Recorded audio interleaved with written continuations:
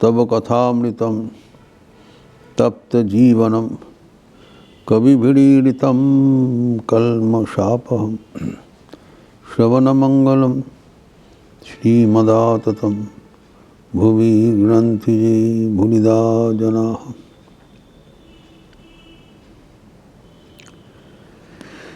भगवान ऋषभदेव का बात चल रहा था, अवतार ऋषभदेव।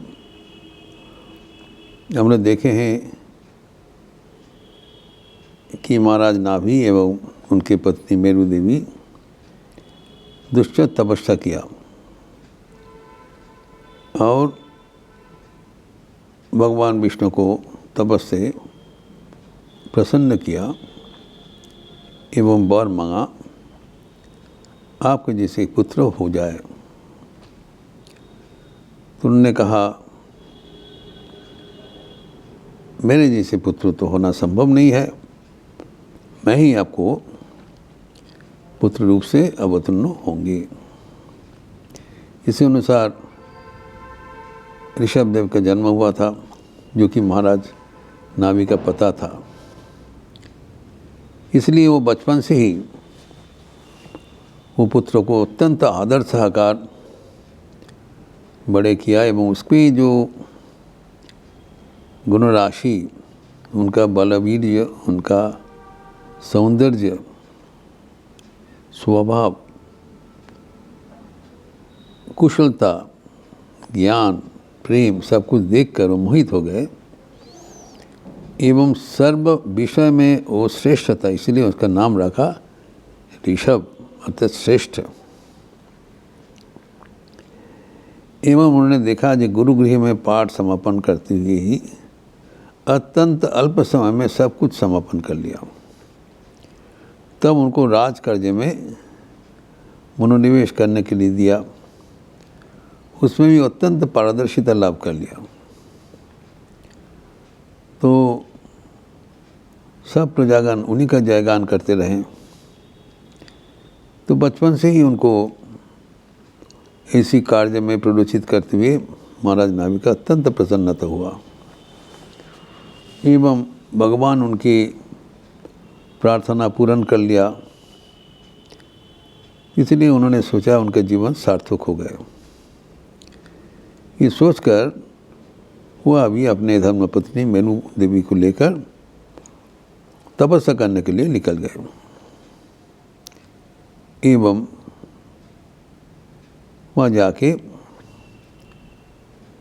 बद्रिकाश्रम में, नरनारायण की जहाँ आश्रम है, वहाँ जाकर उन्होंने तपस्या किया।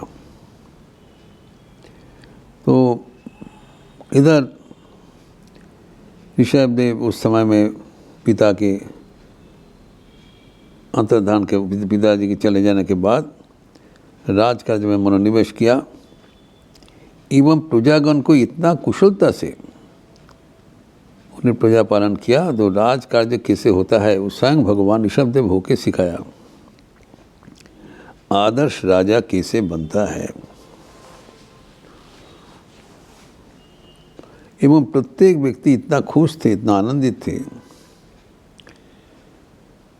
तो एक मर्तधाम के जो नरेश, वे इतने सुचारू रूप से राजकाज परिचालना कर रहे हैं, यह देखकर देवराज इंद्र का ईर्ष्या हुआ।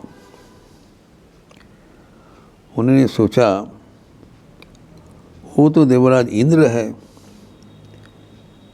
सबसे बड़े राजा है, वो देवता है, लेकिन एक मर्तभूमि का राजा, उनका भी जो प्रभाव उसको अतिक्रम कर लिया। इसीलिए उनको सबक सिखाने के लिए उन्होंने सोचा, मैं तो देवराज हूँ, जो वर्षा को हमारे हाथ में है, तो वहाँ पर इनके अभी मर्तभूमि में वर्षा बंद कर देंगे, बारिश नहीं होगा। बारिश नहीं होने से यहाँ पर कुछ शस्य नहीं होगा। तब इन्होंने सोचेगा मेरा क्या मर्यादा है, अभी तो मेरा अनादर हो गया। तो वर्षा बंद कर दी। वो सोचा था कुछ दिन के भीतर ही हाहाकार मच जाएगा, लेकिन असल में कुछ नहीं हुआ। ऋषभदेव की इतनी तपोबल था, उन्होंने भांप लिया क्या गड़बड़ हो रहा है, इसलिए वो स्वयं अपने तपोबल से वर्षा को बुलाया और वर्षा का प्रभाव से पूरा धरती शस्य श्यामल हो गए। इंद्र देखा तो उनका तो कोई कारीगरी कामयाब नहीं हुआ, तो उनका अहंकार चूर्ण हो गया। वो समझा ये जो ऋषभदेव है ये उनसे भी परे है, ये साधारण नहीं है। वो अपना वश्यता स्वीकार कर लिया और ऋषभदेव को मदद करने के लिए वो तैयार हो गए। तो इसी अवस्था में ऋषभदेव जो उसके जो पिताजी नाभी उनको ये धरती का जो अजानब जो खंड उसको देखी गया था। तो जब देवराज इंद्र उनसे पराक्रम से पराजित हुआ, तब उन्होंने अपने कन्या जयंती को ऋषभदेव को पानी ग्रहण करने के लिए अनुरोध किया। जयंती का दूसरा नाम था सुमंगला। तब ऋषभदेव ने जो गारस्थाश्रम, एक तो राजकार्य का सीख दिखाया, फिर गारस्थाश्रम अपना लिया एवं इंद्रपत्नी एवं इंद्रपुत्री जयंती के साथ विवाह किया एवं आदर्श गारस्थाश्रम भी दिखाया कि गारस्थाश्रम कैसे किया जाए। एवं सुमंगला के साथ उनके 100 संतान हुआ। कोई मत से 100 पुत्र, कोई मत से कहते हैं 99 पुत्र एवं 1 कन्या। तो इतने संतान का जनक होकर सबको सुशिक्षा दिया, अच्छा करके पालन किया, करके दिखाया कि गृहस्थाश्रम कैसे किया जाना चाहिए। फिर उनके जो सर्वश्रेष्ठ पुत्र था उनका नाम रखा है भरत, क्योंकि उनके नाम से ही ये देश का नाम परवर्ती काल में भारतवर्ष हुआ। तो भरत भी एकदम ऋषभदेव का जैसे हुआ था। उनके भी वो बहुत ही अच्छा ढंग से प्रतिपालन किया, सब कुछ सिखाया। वो भी ऋषभदेव के जैसे वो जनप्रिय वो नृपति बने, राजकुमार बने। तो भरत ने उनके राजकार्य से फिर ऋषभदेव को जब बाकी जो भ्राताओं थे तो उनके नाम से ये जो अभी ये अजानब जो खंड उसको नाम भारतवर्ष हो गया। उनके परवर्ती जो और जो 9 भाई थे उसके नाम से भी ऋषभदेव जो भारत की इस जमीन का अन्य खंड इसका नाम अलग कर दिया। एक एक जो अंश एक एक उनके पुत्र के नाम से हुआ। किसी को दिया विदर्भ, किसी को दिया ऐसे करके भारत के जो विभिन्न अंचल जो नाम हुआ था विभिन्न प्रदेश का, ये ऋषभदेव का दिया हुआ उनके पुत्रों का नाम अनुसार हुआ है। तो भारतवर्ष का भीतर फिर भाग करके दे दिया। एक एक भाई को चलाने के लिए भरत भाग कर दिया। उनके जो परवर्ती जो 9 भाई थे तो उन लोग जो गृहस्थाश्रम पालन नहीं किया, उन लोग आकुमार ब्रह्मचारी होकर इस संन्यास धर्म लेकर भगवत भजन करने के लिए आपने जीवन आत्मोत्सर्ग किया।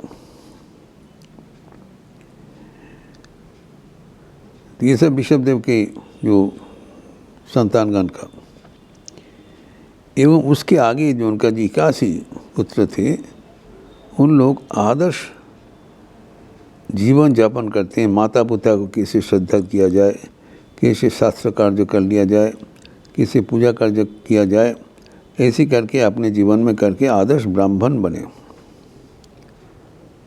तो ये जो इनका विचार है, जो पूरे देश का जो विभिन्न प्रकार का जो प्रजापति जो होगा प्रजा, सबके आदर्श ऋषभदेव अपने जीवन से एवं अपने पुत्रों के भीतर इनको करके दिखाया।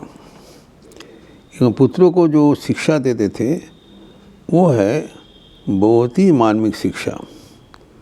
वो अभी सबके लिए वो प्रतिपालनीय है। उन्होंने पहले तो इसको दिखाया कि जीवन तुम लोग का मिला है ईश्वर को प्राप्त करने के लिए। ये मनुष्य जीवन दुर्लभ है, तो कैसे ईश्वर प्राप्त करोगे, इसमें तुम्हारे बहुत ही जो सराहनीय योगदान होना चाहिए। जीवन अत्यंत मूल्यवान है, ये जीवन को सराहना होना चाहिए। वो ये भी बताया, जो माता उनको पुत्र को शिक्षा देते हैं, जो पिता उनको पुत्र को शिक्षा देते हैं, जो गुरु उनके शिष्यों को शिक्षा देते हैं, ये सब भगवत केंद्रीय शिक्षा होना चाहिए। अगर पिता ऐसी शिक्षा नहीं देते और पिता नहीं है, माता अगर इससे शिक्षा देते हैं वो सही माता नहीं है, गुरु अगर इससे शिक्षा नहीं देते तो वो सही गुरु नहीं है। तो ये जिनका मानक होगा, अगर हमारे जीवन भगवत केंद्रित हो, इस जीवन में हम भगवान को प्राप्त कर सके, तभी हमारी शिक्षा, हमारा जन्म सार्थक है।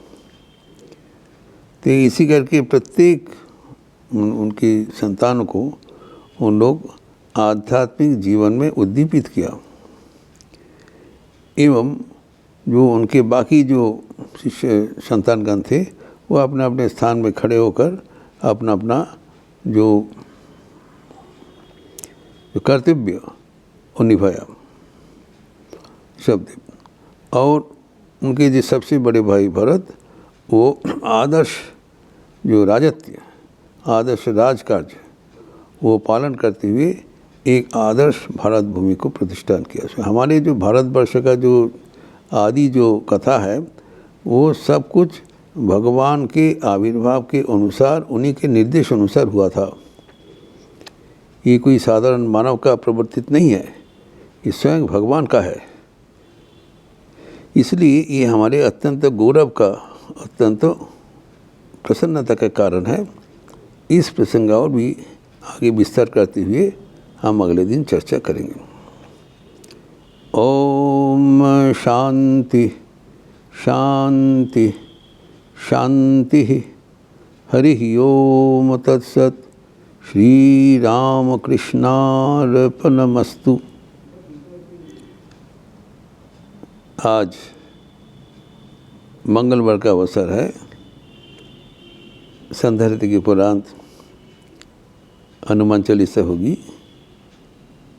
लिपि दिया जाएगा। हम लोग सब हनुमान चालीसा करेंगे। याद रखना चाहिए कि कल क्रिसमस ईव है, तो शाम को विशेष कार्यक्रम होगा।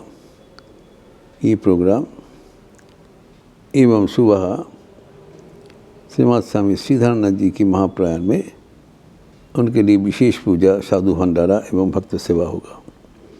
इसका विस्तार हम अगले अलग करके आप लोग को सूचना दे देंगे। अच्छा रहिए, स्वस्थ रहिए, आनंद में रहिए। नमस्कार।